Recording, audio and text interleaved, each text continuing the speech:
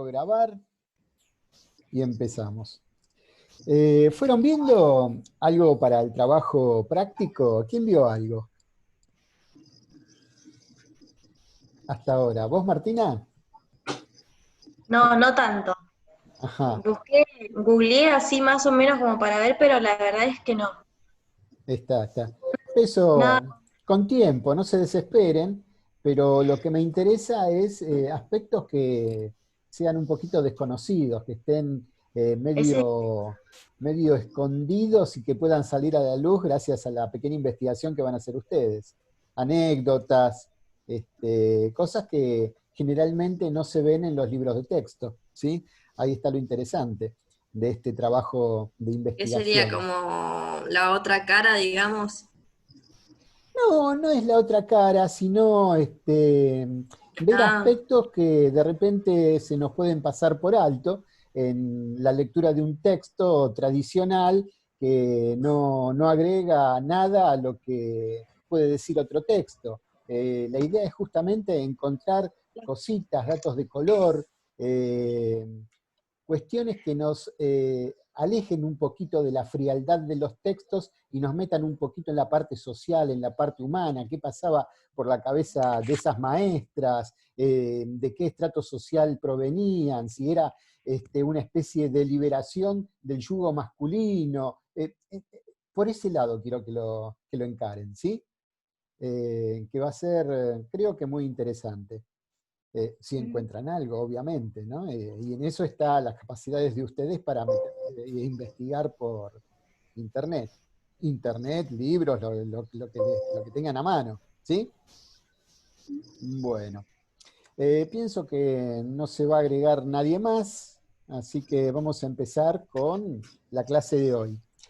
En la clase de hoy vamos a ver el proyecto de Mañasco, que se presentó al Congreso en el año 1889, y después el proyecto de Saavedra Lamas, que también se presenta al Congreso.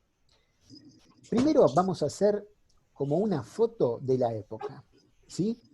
Hasta el año 1900, la educación tradicional promovía el ascenso social y la capacitación política. Ahora bien, un sector de la oligarquía no estaba de acuerdo con esto. ¿Por qué? Porque sectores de niveles bajos accedían a una educación media y eso los podía catapultar justamente a los colegios nacionales y a tener cargos políticos. Y los cargos políticos tenían que ser de la élite. No podían dejar esos cargos en manos de toda esta plebe que venía en ascenso social gracias a la educación. ¿Sí? Entonces, ¿cuál era la solución que encontraban estos sectores de la oligarquía? Bueno, diversificar los estudios hacia modalidades técnicas. ¿Sí? Con esto se aseguraban una cosa, que el gran caudal de esa masa que venía de los estratos medios y bajos no alcanzaran el nivel de educación de la oligarquía. Pero para esto había que crear escuelas técnicas como para totalmente apartarlos de que lleguen al poder. Y ese poder se alcanzaba mediante la política. Además, la idea de esta élite era que los colegios nacionales y las universidades siguieran teniendo un cupo completo con alumnos de la élite, como un círculo cerrado. Ellos estaban para gobernar, para la política. El resto no tenía que acceder a eso. Así que había que, digamos, diversificar la educación para que se encargaran de otros menesteres. Por ejemplo, la técnica, la industria, pero que no se metieran con la política. No, eso estaba reservado para ellos. Bueno, Roca y Magnasco, que era el secretario de la presidencia de Roca, eh, de Instrucción Pública, del secretario de Instrucción Pública, presentan este proyecto y por supuesto en el Congreso empiezan los debates. ¿Qué decía este proyecto de Roca y Magnasco? Básicamente, modificar la enseñanza media, modificar el sistema que tenía la universidad, eliminar el enciclopedismo y reorientar todo ese caudal de educación media hacia modalidades técnicas. Para eso había que suprimir escuelas normales, ¿sí? Había que transformar algunos colegios nacionales para que sean escuelas de tipos prácticos, ¿sí? Para oficios, para cualquier otra cosa que no sea la política. Por supuesto, hay gente que se opone, y muy, muy grandemente. Entre ellos, el radical Fernando, Alejandro Carbó. una pregunta, Fernando. ¿Cómo? Una pregunta. Sí. ¿Por qué el hecho de estudiar en una escuela normal se lo asociaba con que eso lo catapultaba solo a la política? No, en la escuela normal no. En la escuela normal no. En los colegios nacionales. En los colegios nacionales, Los ahí colegios está. nacionales. Porque hasta ese momento el colegio nacional estaba ocupado por los hijos de la élite. No tenían cabida otras personas. ¿Cualquier colegio nacional o el Nacional Buenos Aires? El Nacional Buenos Aires era el más importante porque estaba, digamos, en el centro de la capital del país, ¿correcto?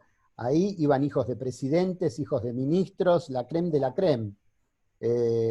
Si ustedes leen Juvenilia, ¿sí? Que siempre se los insisto, ahí van a ver un poquito de qué se trataba, ¿no? Este colegio, donde tenían estudios de latín, donde tenían una educación enciclopedista, donde podían ver qué pasaba en el resto del mundo y tenían una visión mucho más amplia de lo que se podía aprender en otro colegio, ¿sí? Ok. Entonces acá vemos una división, la élite primero contra los sectores populares por el otro. Y justamente el proyecto Magnasco busca reencauzar todo ese caudal que viene ascendiendo para otros lados, pero que no se metan con los puestos privilegiados de la élite. ¿Sí? ¿Me siguen? Bueno, este diputado radical, Alejandro Carbó, se opone, ¿no?, a este proyecto y tiene grandes discusiones con Magnasco. Él dice que ese proyecto es antidemocrático, que la enseñanza técnica era para desviar la ola de ascenso popular y dejar los colegios nacionales solamente para las clases pudientes. Y bueno, el enfrentamiento es total. Vamos a hablar un poquito de Magnasco. ¿Quién era Magnasco, no? Magnasco, aparte de ser un funcionario público, también se había enfrentado con Lombroso, César Lombroso. ¿Saben quién es César Lombroso? ¿Nunca escucharon hablar? Bueno, para esta época, a ver, decime, Aline, ¿sabés? ¿No? Me ilusionaste. Bueno, César Lombroso era un italiano, ¿sí? Y que tenía ideas como que la conformación del rostro, ¿sí?, y ciertas cualidades o características de determinado biotipo correspondían a un asesino. Es decir, ¿Es el que medía los cráneos? exactamente, muy Lo de bien, la muy bien, eugenesia. muy bien. Y se hizo toda una teoría y que fue ampliamente aceptada en la época, ¿no? Si vos tenías, qué sé yo, ciertas características físicas, casi seguro que eras un asesino. Portador de cara. Claro, por portador de cara, capaz que el otro, el pobre inocente, nada que ver, pero bueno, vos tenías las características, ya te miraban mal. Que hicieron lo de la eugenesia, ¿no? Con eso. Tiene que ver, tiene que ver. No, lo que hizo Lombroso, la verdad, visto con el diario de hoy, Un divino Lombroso. Sí, una locura total, ¿no? Pero bueno, en la época era aceptado. Y bueno, Magnasco y Lombroso discutían a muerte, ¿no? sobre estas cuestiones. Magnasco estaba con una posición, digamos, más actual y Lombroso, bueno, con su delirio, ¿no? Que inclusive fue tomado acá por las autoridades policiales como para determinar diferentes cosas. Sí, me están levantando la mano o se están saludando, no sé. Eugenia, Martina. Estamos saludando a Gael. Vamos a ver. Viene Nora. Él viene Por ahí viene, saluda y se va. Televisión en vivo. Bueno, este era Magnasco. Otra cosa curiosa de Magnasco es que hizo un comentario contra Mitre. Y no calculó que Mitre era íntimo amigo del presidente, Roca. Así que tuvo que renunciar. De todas maneras, el Congreso a este proyecto de Magnasco y de Roca lo desaprobó. Lo desaprobó porque vieron por dónde venía la mano y dijeron, no puede ser, las clases populares tienen que tener acceso a la política, no vamos a hacer nada de lo que piden estos, así que lo rechaza el Congreso. No obstante, Roca crea colegios comerciales, crea colegios industriales, también con este fin, ¿sí? Aunque no sea aprobado por el Congreso, lo crea igual. Y con este fin, no para tecnificar el país, no. La mano venía por ahí.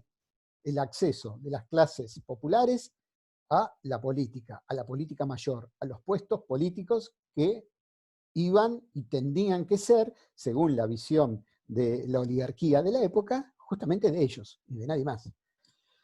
Bueno, sigue transcurriendo el tiempo y llegamos al año 1916, ¿sí? ¿Ustedes saben qué ocurre en esa época? En el mundo. Guerra Mundial. Primera Guerra Mundial, muy bien, muy bien. La Primera Guerra Mundial. La Primera Guerra Mundial ¿No trae fue en el 14 consecuencias. la Primera Guerra? El 14-18. 1814 a 1818, 4 años, Ajá. ¿sí? Y estamos en 1916, en la Argentina. A propósito de esta Primera Guerra Mundial, ¿qué posición? 114. ¿Cómo? 1900, no 1800. 1914, 1914, 19... Dijiste 1814. No, 100 años de desfasaje. No, 1914, 1918. Acuérdense que estamos en 1916, acá en el país, ¿sí? Bueno, la primera inmigración. Algo interesante para ver es, aparte de lo que pasa en el país, ¿qué pasa en el mundo? Ustedes saben, por ejemplo, que en esta Primera Guerra Mundial, el presidente de la República, en 1914, cuando estalla la guerra, era Victorino de la Plaza, ¿sí? Y Victorino de la Plaza... Por 2 años estuvo, ¿no? ¿Cómo? Por 2 años me parece que estuvo. Sí. Victorino de la Plaza se mantiene neutral en esta guerra. ¿Alguien sabe por qué? Les doy 2 antecedentes que por ahí ustedes no saben. Por el comercio. Habían fusilado al cónsul argentino en Dinamarca, las fuerzas de ocupación alemana, ¿sí? Entonces, con este antecedente dice, bueno, vamos contra Alemania, ¿sí? Pero por otro lado, la Armada inglesa había confiscado el buque argentino Presidente Mitre, que era la parte, digamos, aliada. Entonces, ¿qué pasa? Victorino dice, no voy a tomar partido ni por uno ni por otro. Voy a mantenerme neutral, ¿sí? Por supuesto, esto en política, tomar partido en una situación así, más en una guerra de carácter mundial, tenía su costo político. ¿Quién lo ataca? Lo ataca Irigoyen, que sería después el futuro presidente a partir de 1916. Eh, Irigoyen dice que la neutralidad de Argentina es pasiva y claudicante. ¿Por qué? Justamente porque no tomó acción por estos dos hechos, tanto de los alemanes como de los británicos, que eran dos potencias enfrentadas. Y lo utiliza, ¿no? en sus discursos para atacar justamente el gobierno de Victorino de la Plaza.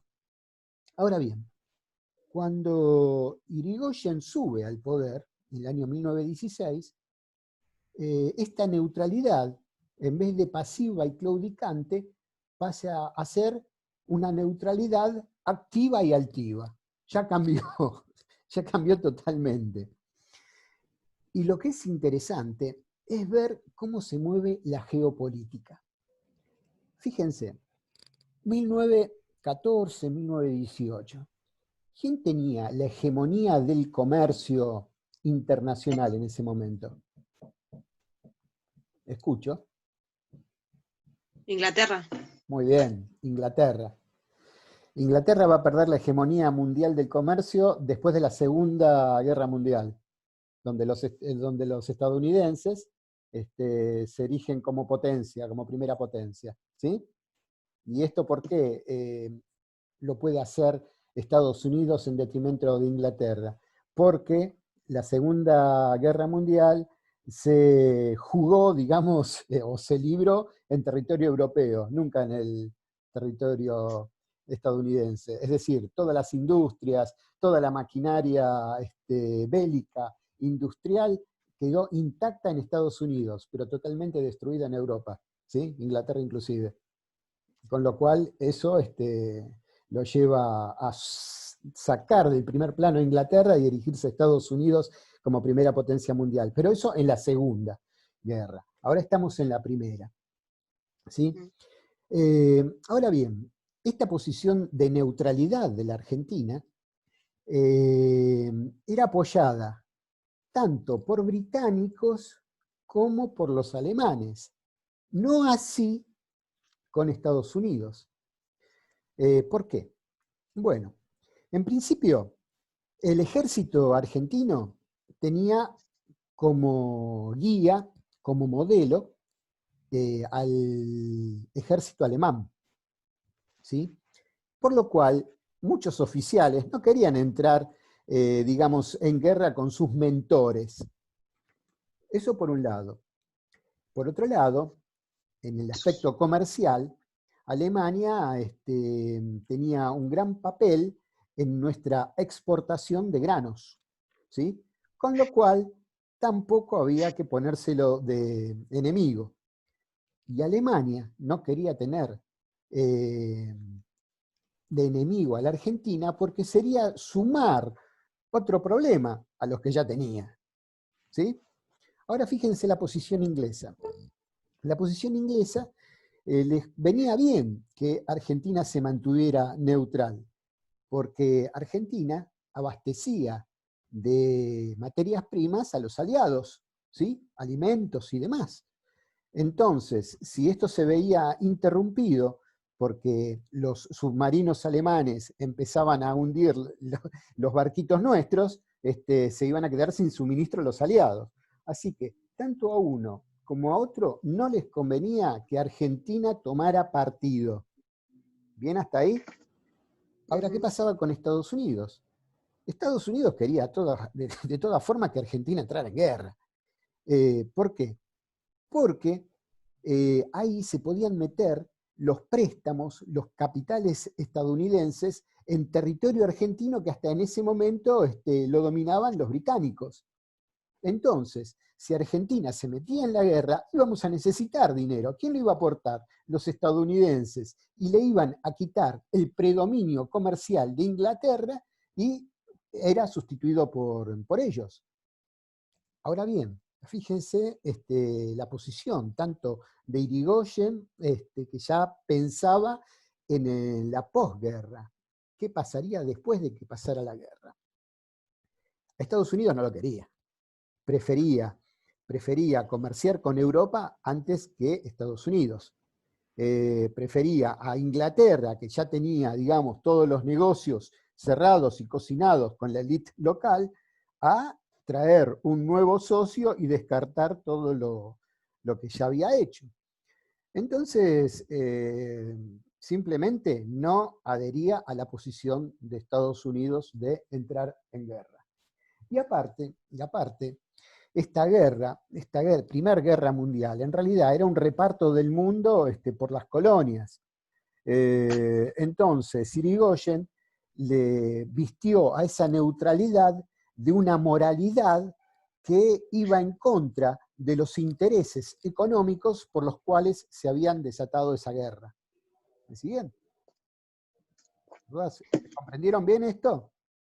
Es importante para saber el contexto mundial y lo que pasaba aquí en la Argentina. Ya estamos en la presidencia de Irigoyen.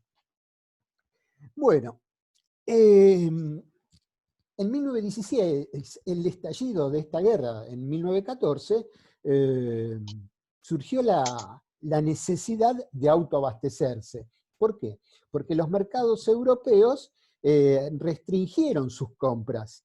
Entonces, había que fabricar acá lo que no llegaba importado como venía sucediendo hasta ese entonces.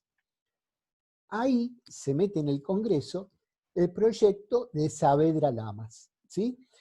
Que básicamente es crear colegios técnicos de artes y oficios, ¿sí? A lo que se habían opuesto terriblemente los congresales cuando Roca y Magnasco presentaron prácticamente el mismo proyecto, ¿sí? Pero acá vieron que tanto radicales como socialistas, que eran los que pesaban en el Congreso, que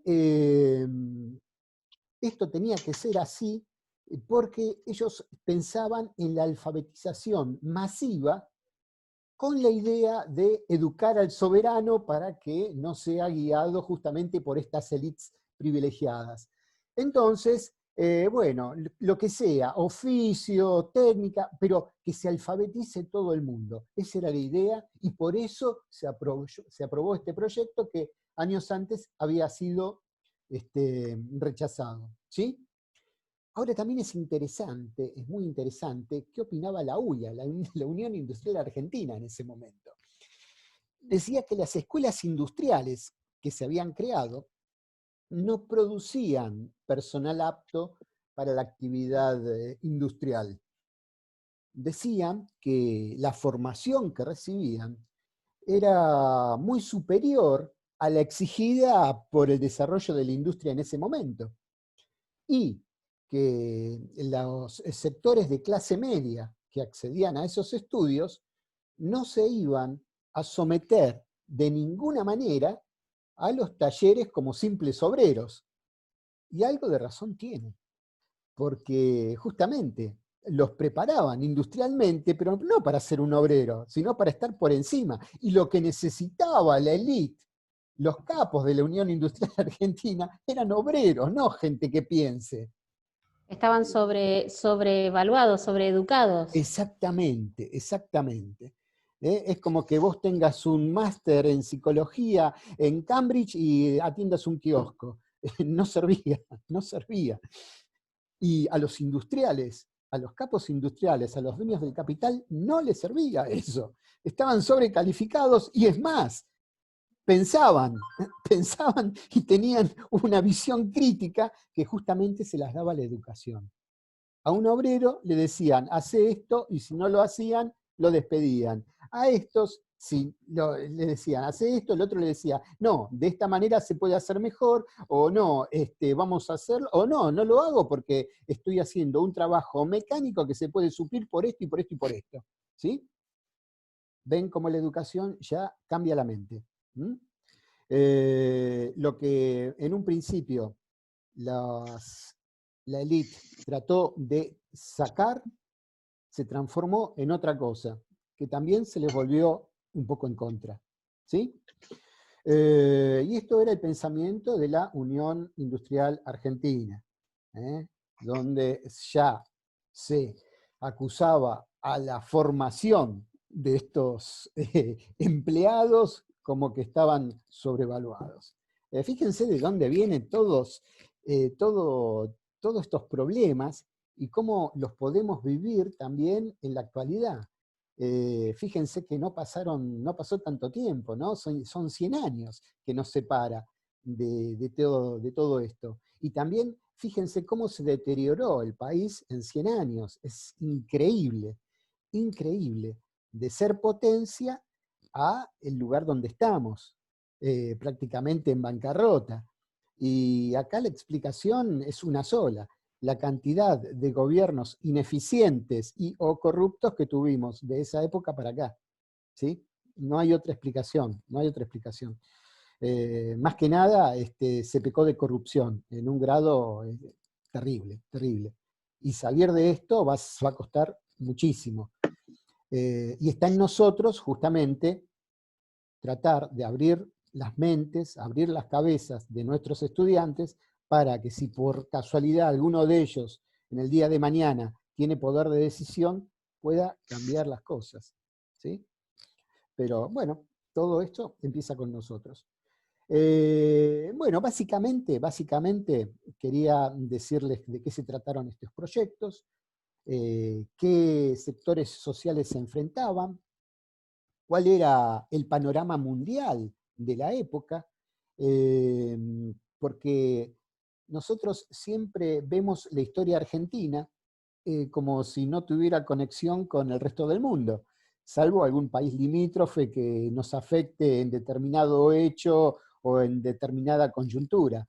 Pero es lindo abrir un poquito el panorama para ver, bueno, sí, acá estaba Irigoyen, pero por otro lado se estaba peleando la Primera Guerra Mundial y el pensamiento de Estados Unidos era copar comercialmente América, sacárselo a los ingleses, y que los ingleses y los yanquis, a pesar de estar en la misma alianza, en realidad se estaban mirando de reojo para ver quién sacaba mejor partido de esa guerra. Y Alemania, ¿por qué no nos digamos, bajó todos los buques que llevábamos para los aliados? Bueno, todo eso hace un poquito a la alta política. Y justamente nosotros, desde esta materia, que son perspectivas sociopolíticas, ¿sí?, no podemos dejarlo de lado, no podemos quedarnos en lo micro de lo que acontece en el país, sino empezar a relacionarlo con lo que sucede en todas partes del mundo. ¿Correcto? Bueno, por aquí... Una pregunta. Sí. Perdón. En ese momento, ¿qué partidos políticos había? ¿Radicales, socialistas y cuál era la oposición?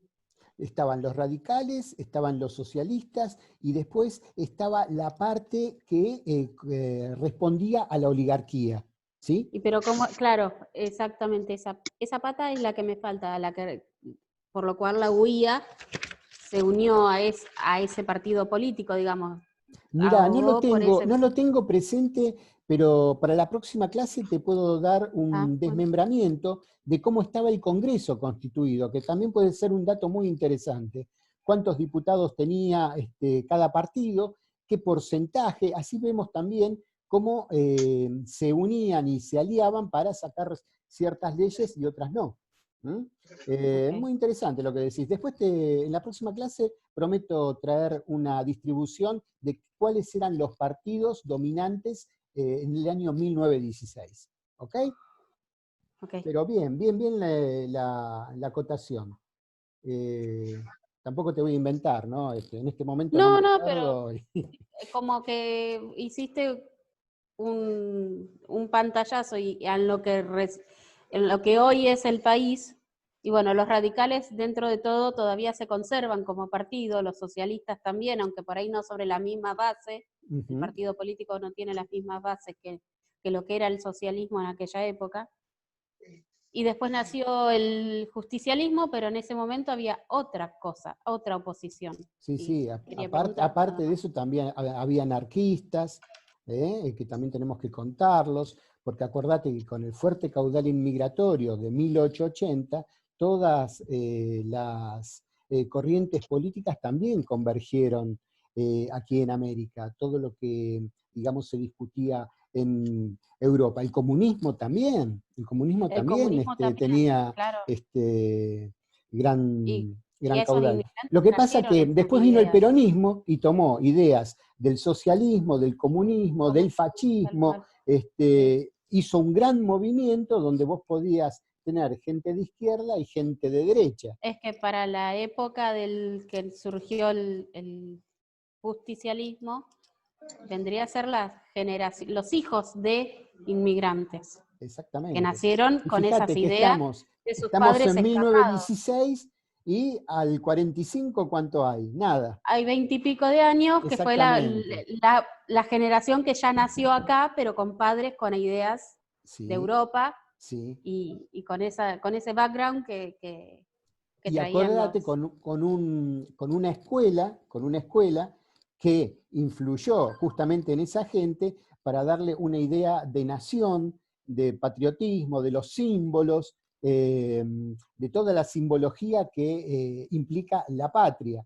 Es muy interesante, porque sí, eran hijos de inmigrantes en su mayoría, Ese pero que estaban acá. nacionalismo Ujú. se traía de Europa, así No, arraigado, no, no, no, no, no. Ahí ¿no? diciendo. No, no. Ahí tenés que ver la acción justamente de Sarmiento para ese Claro, nacionalismo, los simbolismos, los rituales que ven en la escuela, por ejemplo, desde la formación hasta las fechas patrias, eso fue todo hasta... lo que puso Sarmiento. Exactamente, en exactamente. la- en- ¿Mm? Fíjate que la ritualización de todo lo que se hace en los actos patrios, en realidad es una manera inconsciente de meter en los niños eh, las ideas de patria, las ideas de los próceres, todo para un ideario de nación. Y eso lo pensó Sarmiento. ¿Ok?